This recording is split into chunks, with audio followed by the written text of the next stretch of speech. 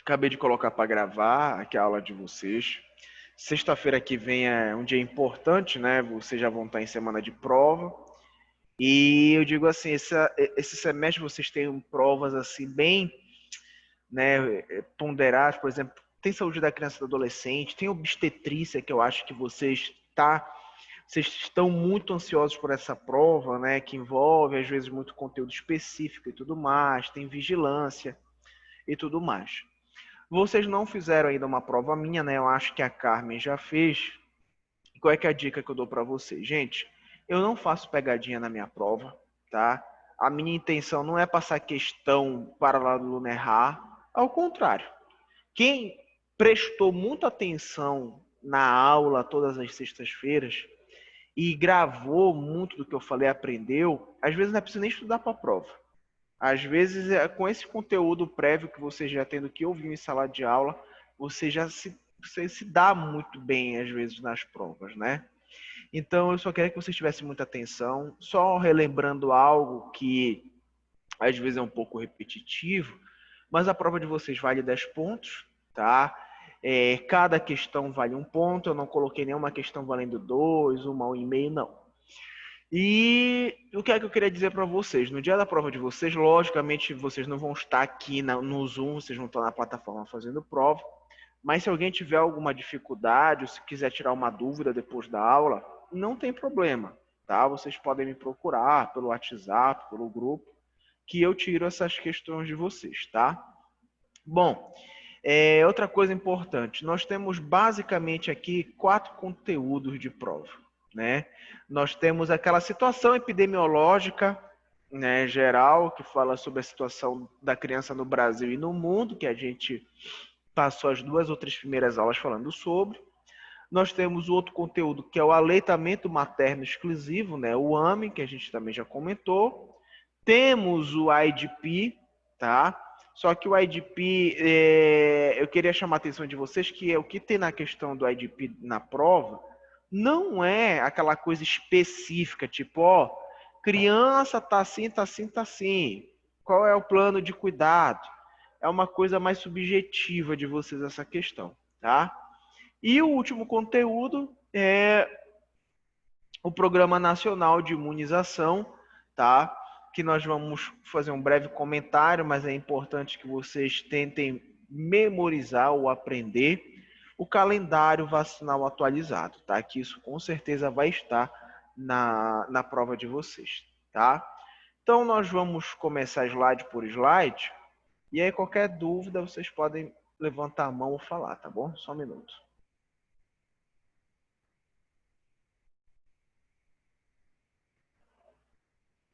Então, gente, olhem só.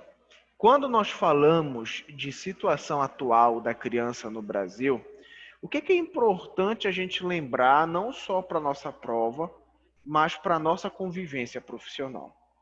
Uma coisa muito importante é o seguinte: quando nós falamos de saúde da criança e do adolescente, nós precisamos entender que ela ainda está inserida em um contexto de fragilidade, né? E essas fragilidades, elas estão associadas também àquele novo conceito de saúde que a OMS ela determina, que é o equilíbrio biológico, social e mental. Então, quando a gente olha para uma imagem como essa, nós temos várias, né? Nós temos uma presença de variáveis aí que mostram que a criança ela continua presente em uma situação de risco muitas vezes. Então, há décadas passadas, há anos passados, a criança ela já estava em um contexto de violência, trabalho infantil, violência física, violência sexual. E com o passar dos anos, alguns indicadores desse melhoraram. Por exemplo, o índice de morte neonatal diminuiu. O índice de trabalho infantil, mesmo que muito presente, ele diminuiu. Porém, algumas taxas elas aumentaram, né? Como é o caso da violência sexual, que infelizmente ainda assola a nossa sociedade. Isso é interessante porque quando nós olhamos para a nossa profissão, que né, todos nós somos enfermeiros, vocês vão ser daqui a pouco, quando você está lá na unidade de saúde, quando você está lá no hospital praticando assistência de enfermagem, você tem um contato muito próximo com o seu paciente. E principalmente na atenção básica, que é um local onde talvez você possa dar uma continuidade maior às consultas com um paciente qualquer, você consegue ir observando o contexto familiar que aquela criança mora, você vai avaliando o contexto alimentar, mental, ou seja, você vai ter o potencial de identificar, às vezes até precocemente, situações que vão levar aquela criança a um risco qualquer, tá bom? E aí, olhem só o que é importante a gente entender quando nós falamos desse papel da enfermagem, né? A enfermagem, ela tem um papel fundamental, né? Relacionado à saúde da criança, do adolescente, que não é uma atribuição direcionada apenas à consulta de enfermagem. Então, a função desse profissional não é apenas, chegou o paciente, qual é o seu problema? Faça isso, isso, isso. Não. Ele também tem uma característica circunstancial de elaborar o que nós chamamos de educação em saúde, tá? E o que é educação em saúde? Educação em saúde é um método que nós temos de, por exemplo, adequar o indivíduo à sociedade em que ele vive, tá? Então, o que é isso? Nós queremos adaptar o modo de vida dele para que esse modo de vida ele se torne mais saudável, mais produtivo, né? Ou seja, algo que vai trazer apenas benefícios a ele. Só que tem uma coisa interessante, nessa educação em saúde, nós também precisamos entender que a função desse processo não é mudar a cultura do indivíduo, né? O que a gente quer é apenas melhorar a percepção dele do meio em que ele vive, tá? É necessária a participação de todos na identificação, condução e resolução dos problemas de saúde dessa família. Então, gente, quando a gente pensa em saúde da criança, e a gente está pensando, por exemplo, poxa, como será a criação dessa criança? Nossa, será que esse convívio familiar ele é positivo? Será que ele vive em um ambiente com muita violência? Nós precisamos entender que aqui está a criança, né? E vamos imaginar o pai e a mãe, e onde eles moram, por exemplo, tem um tio, tem um avô, tem a avó. E nós não podemos olhar para aquela criança como se as únicas pessoas responsáveis naquele convívio familiar fossem o pai e a mãe, né? Porque do que adianta o pai ser legal, a mãe ser legal e o tio abusa sexualmente daquela criança? É muito complicado. Então nós precisamos entender, e isso é importante, tá? Entender que o quê? Que a criança, ela necessita da atenção e cuidado de todos que com ela convivem, né? Isso não é apenas uma atribuição ou responsabilidade de pai ou mãe, ou só de pai ou só de mãe, tá bom? Especialmente os menores de 5 anos de idade. Nós fizemos um comentário, né, no início dessa aula que a gente deu há semanas atrás, que é o seguinte: quando a gente fala especialmente menores de 5 anos de idade, nós estamos falando do quê? De um público, né, que infelizmente não tem como chegar para você e falar, olha, tá doendo aqui. Olha, eu estou sentindo algo aqui, ou seja, ele tem dificuldade muitas vezes de relatar não só um problema físico, mas, por exemplo, uma criança quando está com um problema em casa, a tendência dela é se isolar, né? Então ela não vai chegar para você e falar assim, estou me sentindo um pouco triste porque eu vejo o senhor brigando muito com a minha mãe. Dificilmente uma criança menor do que 5 anos de idade vai ter um comportamento tão maduro quanto esse. Então isso vai necessitar de nós um olhar muito mais atencioso sobre tudo, tá bom? Cerca de 70% dos óbitos devem-se a pneumonia, diarreia, desnutrição, malária, afecções perinatais e uma associação delas. Só que tem uma coisa interessante que é escrito causas evitáveis. O que é que isso significa dizer para a gente? É que, infelizmente, mesmo o Brasil tendo evoluído significativamente nos programas de atenção à saúde da criança, ainda existem muitos indivíduos que morrem por o que a gente chama de causas evitáveis. E a gente para e pensa assim, cara, como é que uma criança morre de causa evitável? Quais são as dificuldades presentes no Brasil hoje que está fazendo uma criança morrer ao nascer por uma coisa que a gente podia, ter deixado para trás? Aqui, gente, estão esses elementos, né? Então, por exemplo, ainda existem mulheres que fazem um pré-natal deficiente ou mulheres que nem pré-natal realizam. Então, por exemplo, no pré-natal tem a possibilidade de você detectar, por exemplo, uma anomalia que pode ser consertada. Você vê ali que vai precisar de uma cirurgia. O médico já detecta, o enfermeiro já presta assistência de enfermagem. Mas, infelizmente, o pré-natal ainda apresenta suas deficiências. E lembre o seguinte, nós não podemos olhar para uma mulher e perguntar para ela assim, moça, você fez o pré-natal? Não fiz o pré-natal. E julgá-la. Porque hoje acontece muito isso e é muito fácil, né? A mãe, você fez quantas consultas de pré-natal? Só 2. Uma mulher dessa é muito irresponsável, né? Gente, não é assim, né? Às vezes essa mulher está inserida em um contexto que vai atrasá-la ou dificultar o acesso da mesma aos serviços de saúde. Então, às vezes, ela é uma mulher que mora lá numa população ribeirinha. O deslocamento para os serviços de saúde são muito complicados, né? Às vezes, ela mora em um contexto familiar que não ampara ela. Então, ela tem muita dificuldade em manter a periodicidade dessas consultas, né? Então, infelizmente, nós temos ainda muito isso presente no Pará, tá? Outra coisa importante, o estímulo ao aleitamento materno. Não esqueça, a gente vai falar isso daqui a pouco, que o aleitamento materno é considerado a primeira vacina da criança, né? Por quê? Porque a gente, quando fala em vacina, nós estamos falando de um método protetivo, né? E o leite materno é isso.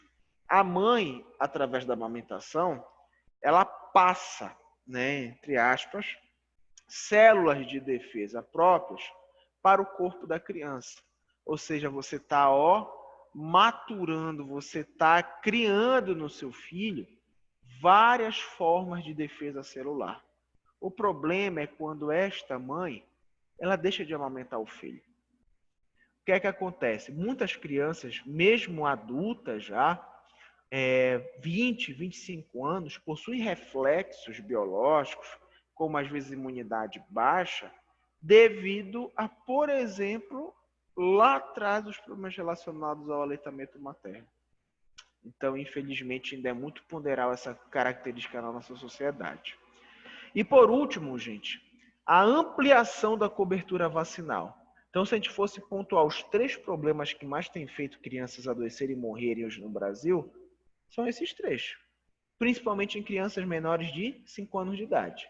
Pré-natal, ausência ou presença do aleitamento materno de maneira incorreta e ampliação da cobertura vacinal. O que é que acontece hoje em dia? Infelizmente, tem muitas pessoas na nossa cidade, no nosso país e no mundo que ainda acreditam que a vacina ela quer matar as pessoas. Que a vacina é um produto químico muito forte, por isso eu não vou aplicar no meu filho. Que para que eu vou aplicar a vacina se a gente nem escuta mais falar dessas doenças, né? Então nós percebemos o que? Um pensamento retrógrado, né? Um pensamento atrasado que influencia diretamente nessa perspectiva. E professor, se hoje a gente fosse pensar numa manobra que pudesse fortalecer a saúde da criança e elevar esses pontos positivos. Na sua opinião, qual seria? Gente, eu ia falar para vocês que é a valorização da atenção básica, da atenção primária. Por quê? Porque nós estamos falando de um setor barato, porque olhem só aí os gastos efetuados pelo SUS, né, anualmente em média com crianças menores de 5 anos de idade. 660 milhões de reais. Né? Na atenção básica, o profissional, quando bem capacitado, ele consegue perceber uma necessidade da criança, ele consegue perceber uma necessidade familiar. Então, nós percebemos o quê?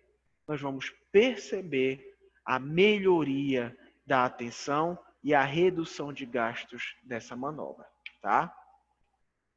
Aqui não tem mais nada circunstancial. Então, o que é importante a gente entender esse contexto epidemiológico para a nossa prova? Criança, a gente evoluiu as políticas de atenção? Sim. É preciso melhorar? Muito. Criança, o único problema dela é biológico? Não. Social e mental. Ótimo. Os pais têm uma responsabilidade sobre os filhos? Sim, tem. É uma maior responsabilidade? Sim. Mas e os familiares que convivem juntos também têm? Também tem. Então não adianta só ter pai e mãe presente. Os familiares também têm que ser presentes e cuidadosos. Tá. Ainda existe muita disparidade social com criança no Brasil? Sim. Tá? Então, gente, esses são os pontos importantes para as provas de vocês. Tá bom? Então, vamos passar para o próximo slide. Deixa eu só fechar esse aqui.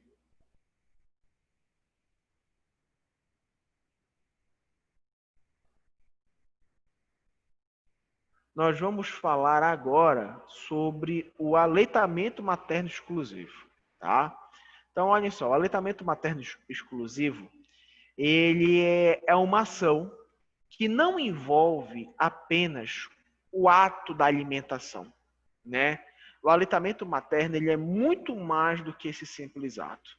Ele é um momento de vínculo amoroso entre mãe e filha, e é um momento que traz características positivas tanto para a mãe quanto para a criança, tá? Por que que o aleitamento materno, ele também é conhecido como aleitamento materno exclusivo? Por causa do seguinte, gente, o aleitamento materno, ele é dividido de duas formas. O aleitamento materno exclusivo, que significa dizer o quê? Que uma criança de 0 a 6 meses de vida, ela só precisa de um alimento único. Qual é esse alimento? Leite materno. Professor, mas olha só, posso dar uma água para o meu filho? Não.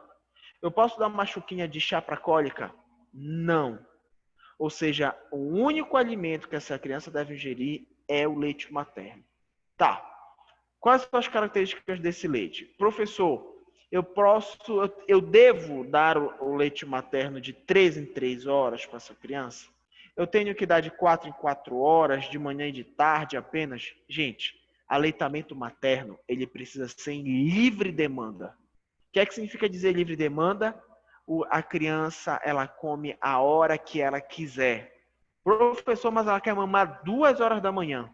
Deixa a criança mamar. Professor, ela quer mamar 4 horas da manhã. Deixa a criança mamar, tá? Então nós não podemos estar regulando o período de aleitamento que essa criança quer, tá? A partir dos 6 meses de vida, nós vamos ter a introdução de alimentos, né, complementares. Isso não anula o uso do leite materno. Inclusive, a orientação é que, por exemplo, a criança ela seja amamentada até os 2 anos de idade. Até os 6 meses de maneira exclusiva e até os 2 anos com a presença de alimentos complementares, tá? E, bom, quando nós falamos de alimentos complementares, a gente para e pensa assim, pô, professor, meu filho, minha filha, né? Ele vai começar a fazer a alimentação complementar dele. Então, sabe o que eu vou fazer? Eu vou comprar agora, né, alimentos que eu acho que são bons, como aí, vamos dar um exemplo aqui bem peculiar.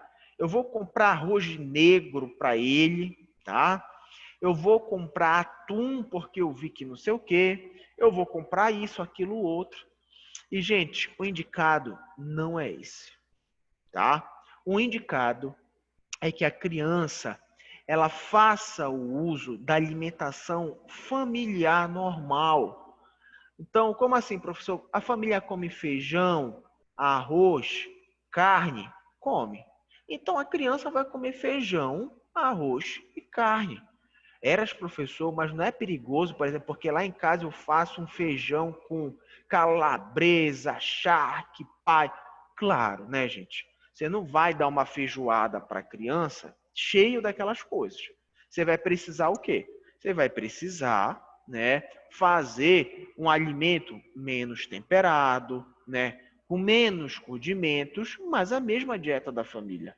Eu não preciso, por exemplo, o seguinte, porque tem gente que faz o seguinte, ó, meu filho agora ele pode fazer alimentação complementar. Então, sabe o que eu vou fazer? Eu vou comprar uma dieta fortificada, né?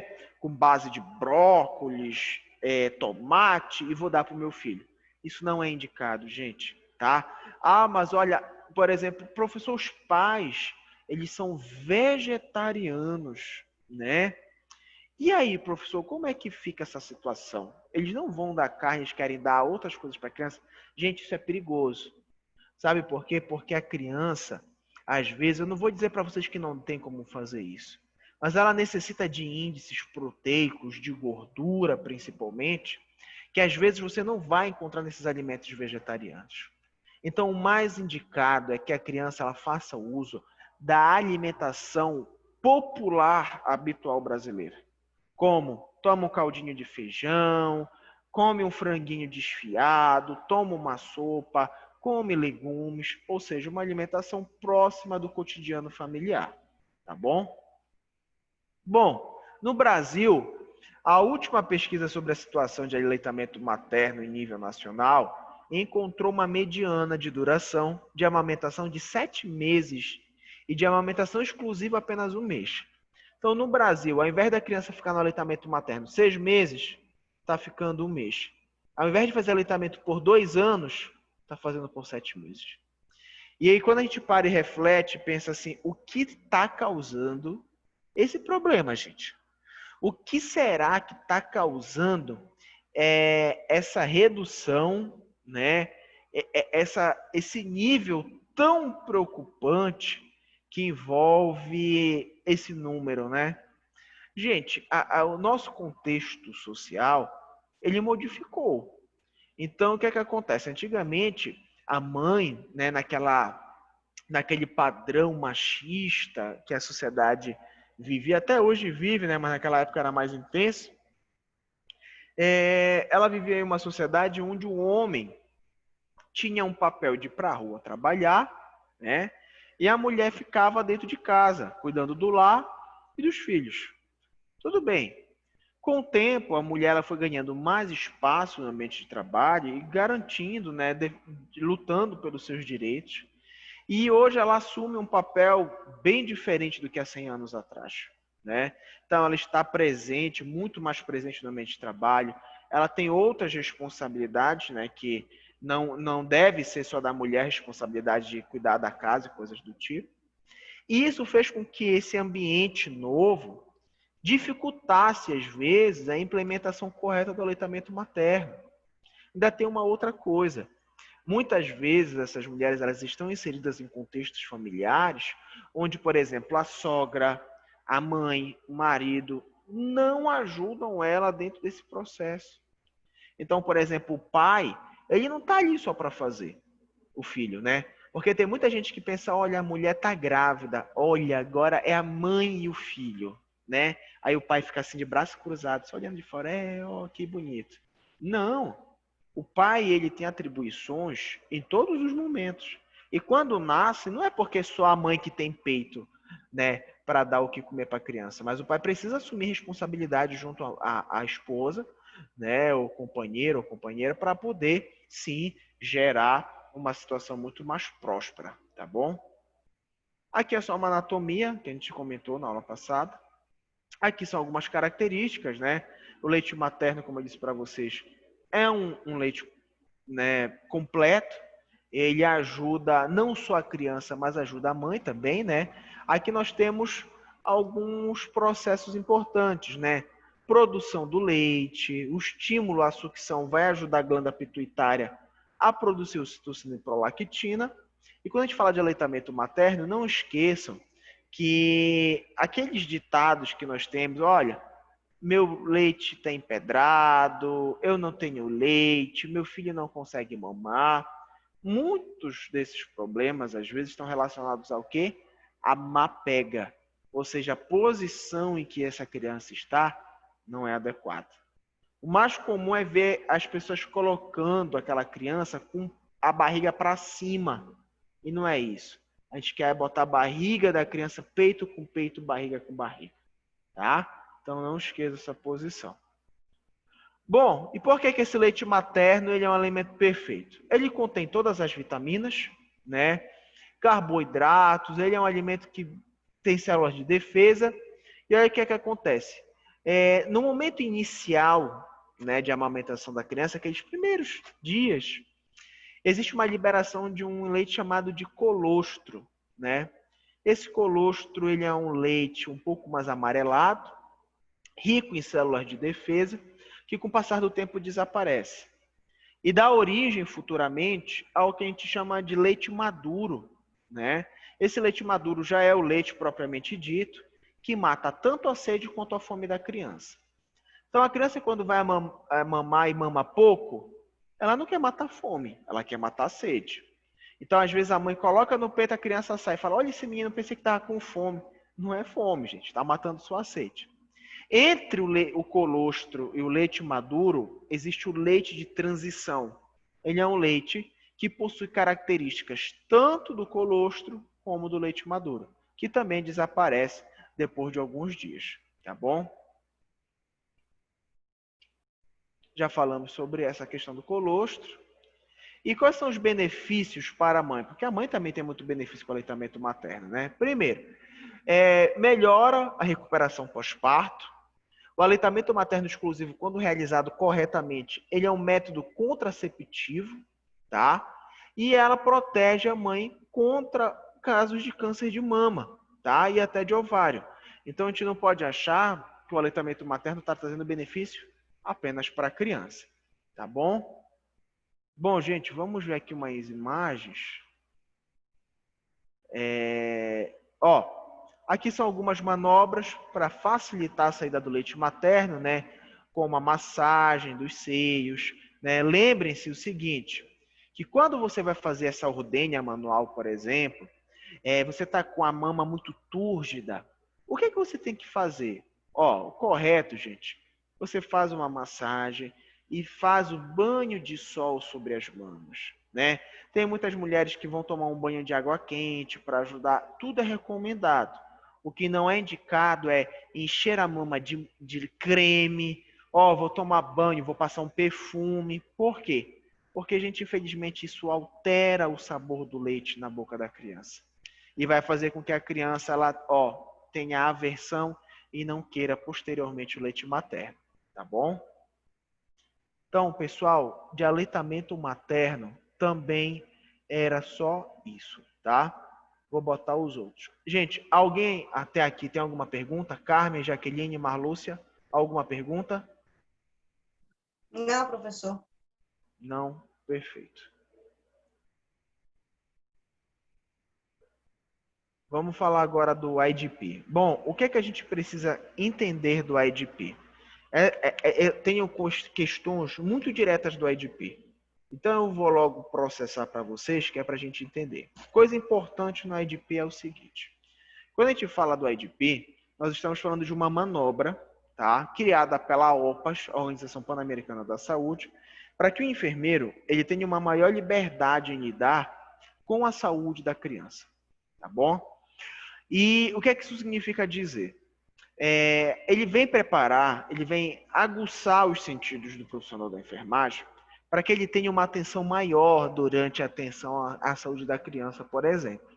E quando a gente fala de consulta criança ou adolescente, a gente precisa aprender uma coisa. Primeira coisa, todo indivíduo menor de 18 anos de idade, ele precisa estar acompanhado de seu responsável legal, que pode ser o pai, a mãe, o tio, uma avó, independente disso. Perfeito. Durante a consulta de enfermagem, nós temos um padrão de consulta muito parecido com qualquer outro padrão de consulta de enfermagem. Queixa principal, funções fisiológicas como sono e repouso, funções fisiológicas, defecação, né, a micção, entre outros. Porém, nós vamos ficar atentos a características bem peculiares. Por quê? Porque, por exemplo, essa criança, quando tem até 2 anos de idade, ela dificilmente vai ter manobras de mostrar para você que ela está com algum problema de saúde, tá? Então, o que é que acontece? Ela vai chorar muitas vezes, isso vai ser um reflexo. Você vai encontrar a criança um pouco mais molinha, isso é um reflexo. Então, o que é importante a gente saber sobre a consulta da criança? Que os olhares do profissional de enfermagem devem ser bem atentos e um olhar extensivo, que pegue não só a característica biológica, social e mental, mas principalmente consiga perceber nos pequenos detalhes, como o choro, a presença de um profissional da saúde. Tá bom? Então, em relação a esse tema, nós temos poucas perguntas ainda na prova de vocês, tá?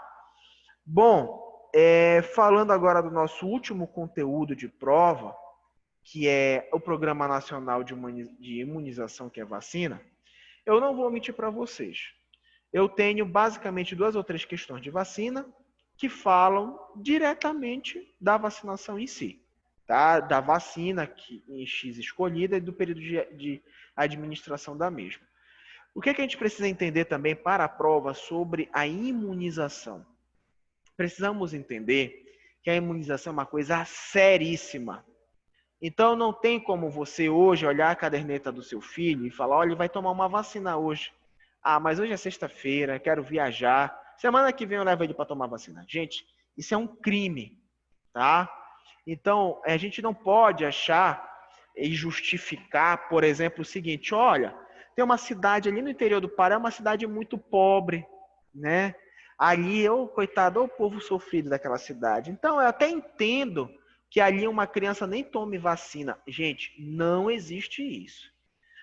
A cidade pode ser pobre, pode ser miserável, mas a vacinação ela deve ser implementada pelo serviço de saúde. Por quê? Toda cidade, para ter essa conceituação de cidade, ela precisa ter uma regulação dos serviços de saúde. E isso é uma coisa prioritária. A vacinação é algo batido pela Organização das Nações Unidas e precisa existir dentro dessa cidade, tá? Então, quando a gente falou também sobre vacinação, eu acho que eu tenho aqui, deixa eu ver, eu repassei a vocês na aula, eu acho que eu não tenho mais aqui, tá aqui, um quadro vacinal. Eu já mandei para vocês o atualizado. E o que é que eu quero chamar a atenção de vocês para cá? Percebam que a maioria das vacinas, ela tem 1, 2, 3 doses, né? Professor, se eu tomar 1, 2, eu já estou protegido, né? Não, gente. Proteção contra aquela doença só vem quando você toma 3 doses. Não fiquem pensando que, não, já tomei 1, já estou protegido. Isso não existe, tá?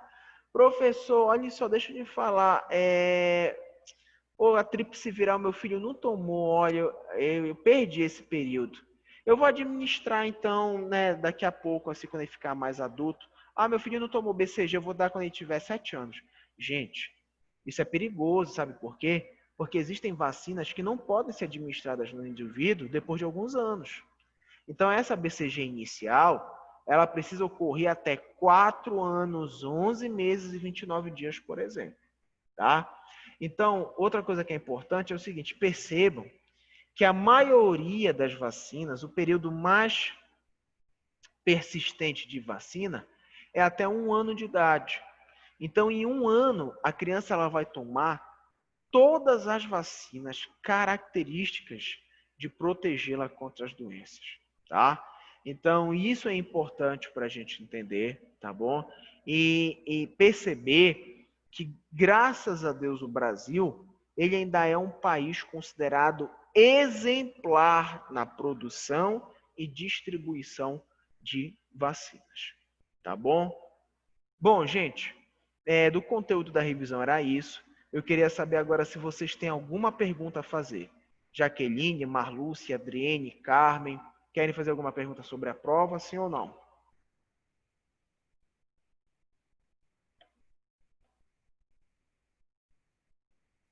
Não, Ninguém? professor. Não? A minha Jaqueline, parte, não. Jaqueline, tá me ouvindo? Tem alguma dúvida? Não, professor, não tenho dúvidas, não. Não? Então, olhem só, gente. Mantenham a calma de vocês no dia da prova, tá? Não tem nenhum bicho de sete cabeças lá. Se concentrem e mantenham a atenção, tá? Ela é circunstancial na prova de vocês. Espero que todos se deem muito bem. E se vocês tiverem qualquer dúvida, podem me procurar no WhatsApp, tá bom? Então, se ninguém tem mais nada a falar, eu vou encerrar nossa revisão, tá bom? Ok. Então tá, gente. Um grande abraço para vocês e um bom dia, tá bom? Bom dia, professor. Bom final de semana. Dia.